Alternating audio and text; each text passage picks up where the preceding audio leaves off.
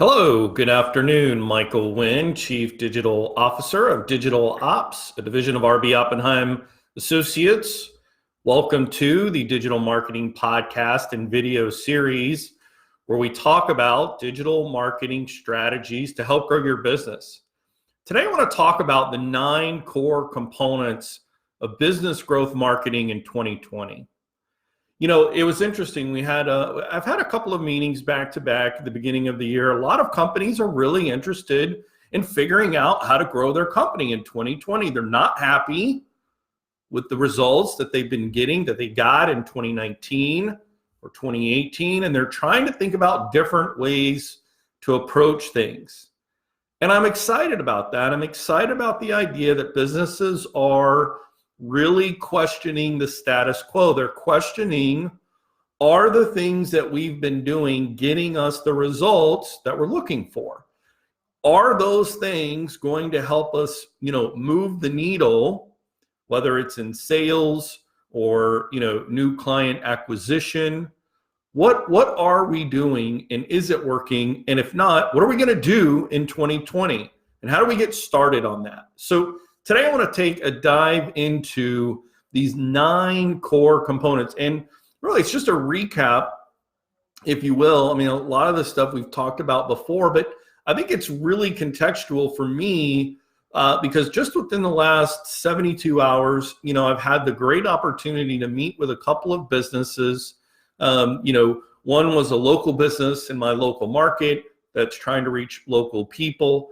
And then another potential client that has a more national product and is trying to have a national reach, but they're really in kind of a startup mode. And so they're really trying to figure out, what is the, what are the basics? What are the core things that we have to have? And today, I just really wanted to share with you the things that we shared with them that were like, okay, these are the must-haves. You must have these things in place as a foundational piece to building brand awareness and being able to grow your business in 2020. So let's jump right into it. I think, the first thing that obviously we have to do is we have to be able to, get our name out there, right?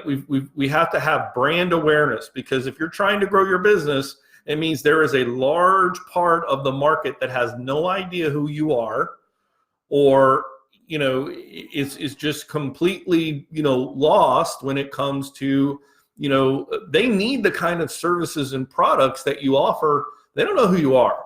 And the only way to, get in front of them or show up in their daily activities is to understand who they are and what's important to them, and then document content that answers those challenges. So I think number 1 is really going to be about a content strategy.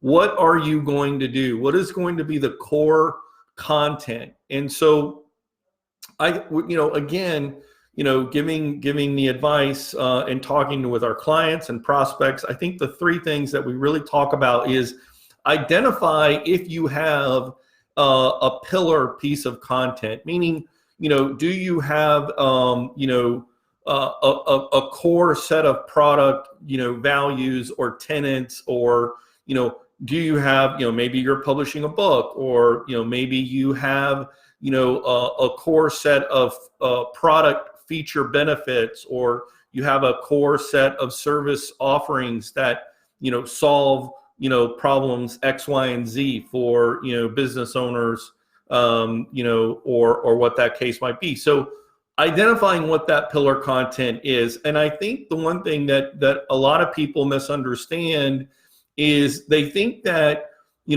creating this content is creating it for the sake of creating it. And that's not what's happening.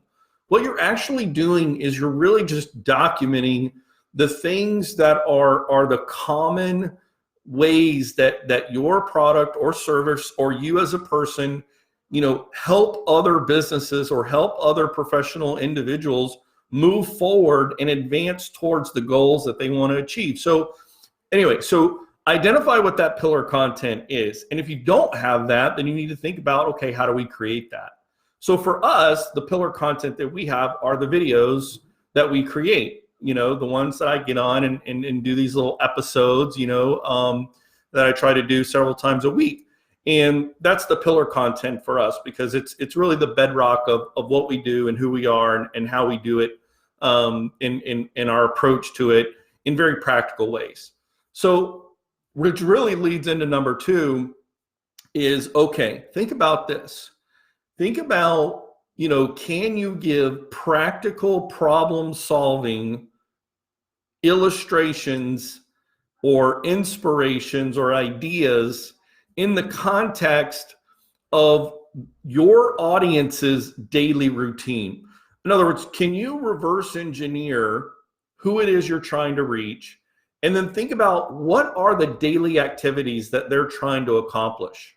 If they're an inventory manager and you have a SaaS product, an on-demand software as a service product that helps, create efficiencies in ordering, you might do a whole practical problem solving step of, how to, balance inventory, or, how to reduce waste and inventory management, very practical, examples of how to do it faster, more efficiently, save time, save money, right? You want to give them practical examples, and the context of these things isn't about your product or your service. It's the sole purpose of this content is you want to connect with the problems that your audience faces on a daily basis, and then work your way back from that and go, okay,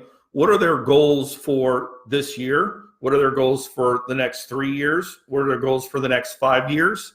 And then do you have a practical example of how that might help them in more of a long-term approach to their problem solving? What keeps them up at night? So number 1 is creating your own pillar content that centers around your own product services. Number 2, creating practical problem solving examples and documenting, like we do on this podcast and video series, where we talk about practical examples of digital marketing strategies and tactics to help grow your business. So, and then number 3 is to become a go-to content source. And what I mean by that is, so in your industry, if there is, let's say in your industry you have compliance courses that are required, but your business doesn't have anything to do with those courses. Maybe, for example, I'll take the restaurant industry. Every year, you have to go through training and compliance in serving alcohol. Well, there are locations where some of these trainings take place. Well, what if you made a list and published it on your site, and had a listing of all the locations? And again, this would depend on, do you have a local reach? Do you have a regional reach? Do you have a national reach? So the expert, or how much of that content you collect and the scope of that would be dependent upon the reach that you want to reach. So if you were to publish, a list of all the upcoming places to go to achieve, again, this list is the resource that your target audience, they're having to look up. So this is ancillary content or activities that aren't directly correlated with the services that you provide, but they're directly connected to the things that your target audience individuals need to do their job. And so you're creating, again, a resource that they can go to quickly. So essentially, you could probably go to the internet and look all this stuff up and create, a post with a little intro and then the list and then a closing point.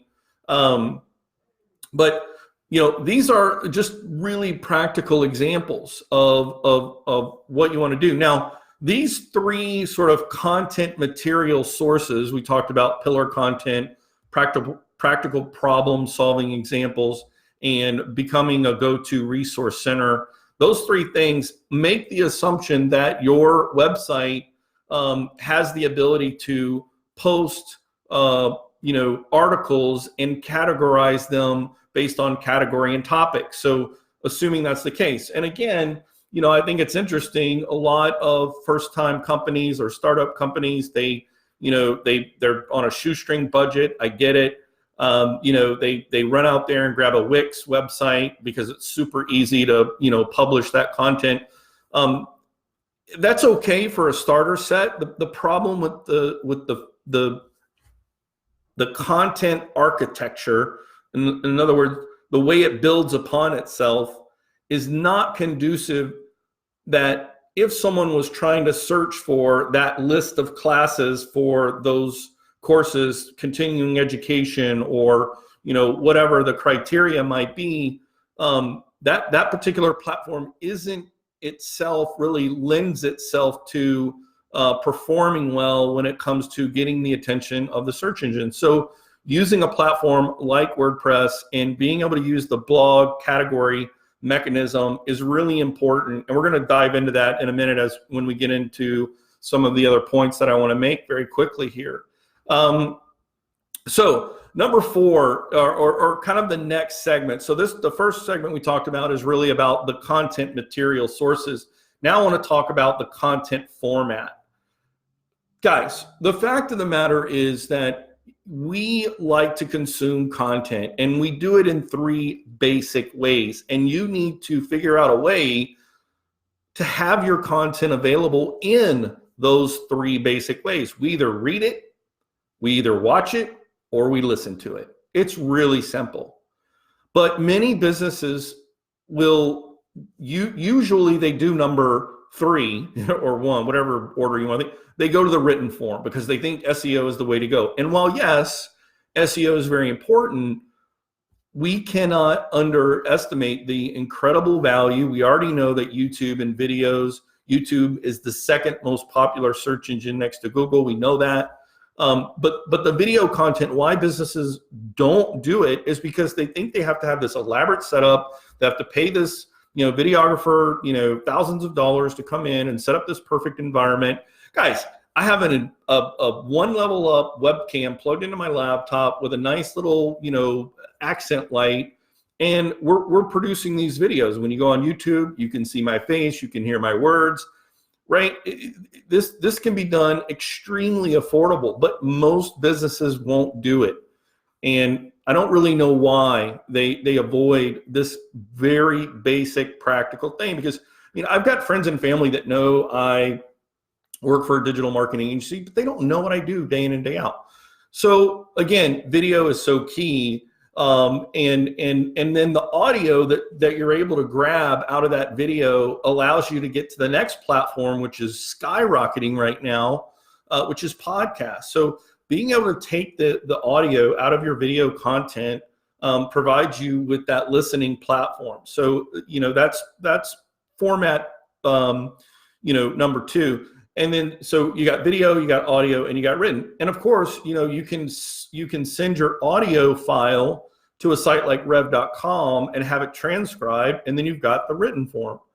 So once you've identified, again, once you've identified your content material source and you've kind of mapped out your content calendar, and you know what you're going to talk about, you know what you're going to write about, and you know that you're going to produce a video, and you're going to have the audio, and you're going to have the written word, then you need to start thinking about publishing it across these multiple platforms.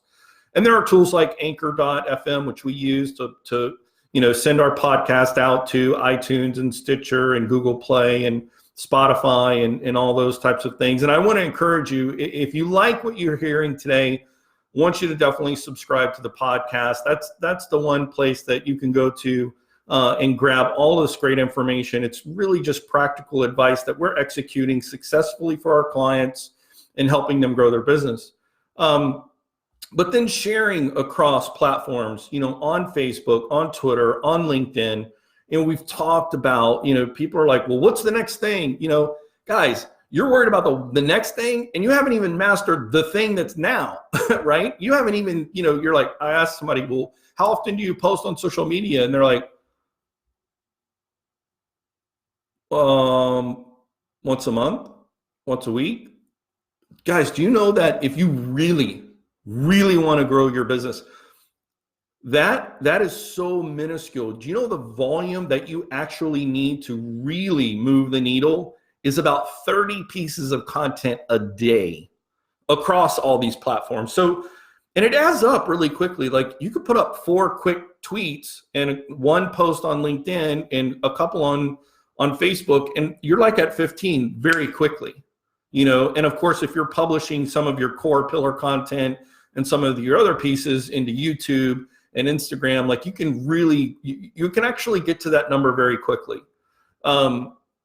So again, assuming that you're sharing across multiple platforms, and I mean, we're talking about social media networks, then we're talking about your website. And this is a really core fundamental basics that a lot of people have no idea about. And that is when you publish that transcript and you want to clean it up for grammar and punctuation and, strip out all the ums. Like I have a bad habit of saying but that's who I am. So, you strip all that out. But the important thing is that when you say the words, like I say digital marketing to help grow your business, I want to hyperlink that word digital marketing and link it back to the core service page on the internal page on my website. Why would I do that?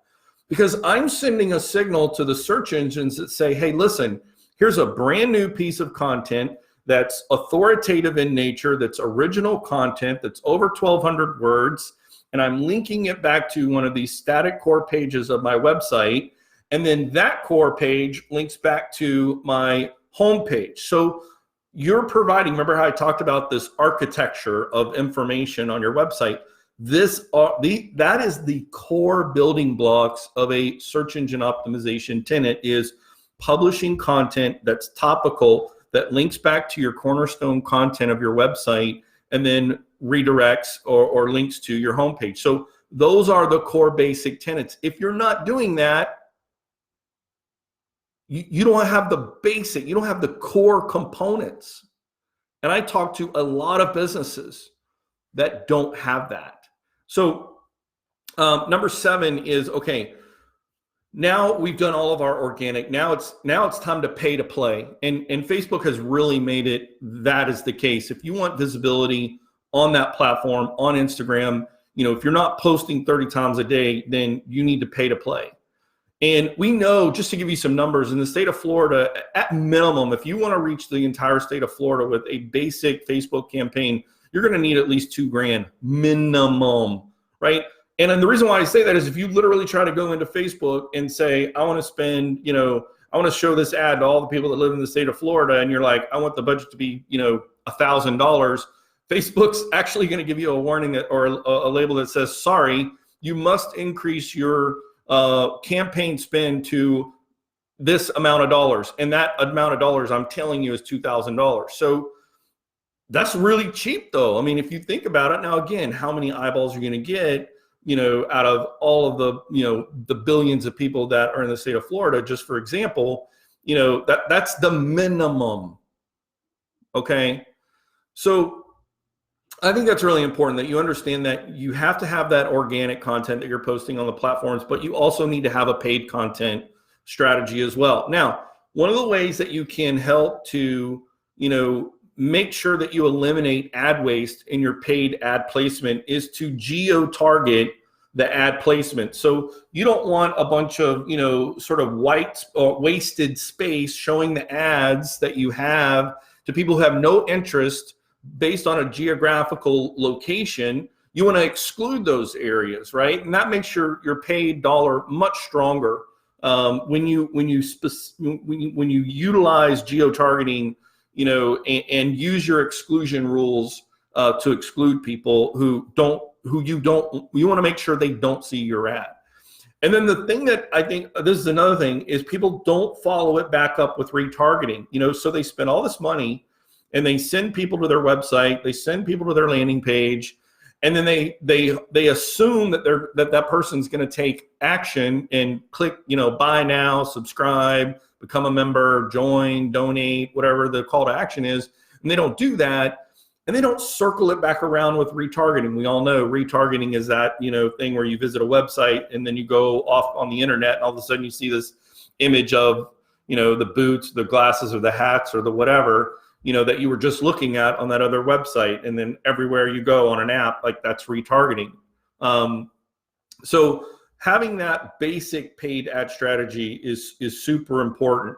Now, to take it one step further, is if you want to leverage the Google search terms, but not pay the just insane inflated price for Google search terms, you can leverage what people are searching for on Google. But instead of trying to serve them text-based ads and paying astronomical rates because of what that marketplace has become. And again, if you don't know, in 1999, the word lawyer was 5 cents a click. Okay. The word lawyer in 2020 is nearly $10 a click. I don't know. That's like 2,000% increase. Like, if you're a small business, you cannot afford that.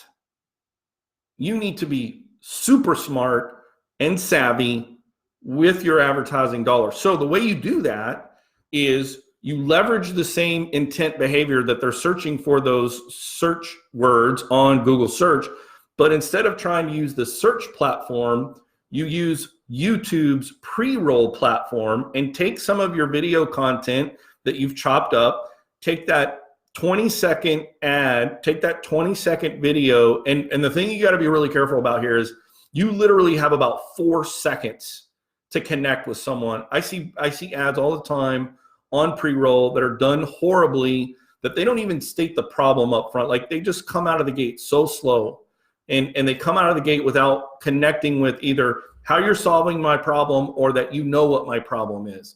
Those are the two things that people do wrong when they set up their pre-roll ad video content. So, but you can literally pay, those $19.99 fees when it comes to showing your ad. Your engagement, your visibility costs are in that 6 cents, 8 cents, 9 cents, per, compared to the $8, $9, $10, especially if you're in a highly competitive healthcare, education, financial, real estate, all of the really big competitive marketplaces. So, and then number 9, I think, is what the last thing that I want to talk about is making sure that you need to make sure that you're growing your first party data. And what I mean by that is that many times, businesses think that they're growing their fans and they're growing their followers, but all of that information exists on a platform that you don't own. You don't have that data. And so you need to grow your list, whether your list is an email list, whether your list is a cell phone, mobile phone number list. You need to make sure that you have a strategic component as part of your overall marketing plan in your content where you're building that list and then providing value to the people that are subscribing to and receive that content from you, whether it's email marketing or text marketing. So again, let's recap. We've kind of hit them all. We've hit all 9 items. Today's episode a little bit longer than normal, but this was really, I think, a great video to kick off 2020. If you're trying to think about what are the 9 core components of how I'm going to grow my business through marketing in 2020, these are it. Number 1, make sure your content marketing material sources are either pillar content, practical problem solving examples that are relevant to your target audience. Go to resource materials, again, that solves the problem of your target audience. Number 4, make sure that you publish your content in video, audio, or written form across multi-platforms. Make sure you're sharing that content across multiple platforms: Facebook, Twitter, Instagram, LinkedIn. We know LinkedIn organic posts right now are like Facebook of 2011. Number 6 is make sure that when you post it on your website that you're backlinking those original articles to your cornerstone service pages. Number 7, your paid ad content, which is geotargeting, followed up with retargeting. Number 8, make sure you leverage Google Search Network through video pre-roll ads on YouTube. And number 9, make sure you are growing your first party data list, emails or text messages.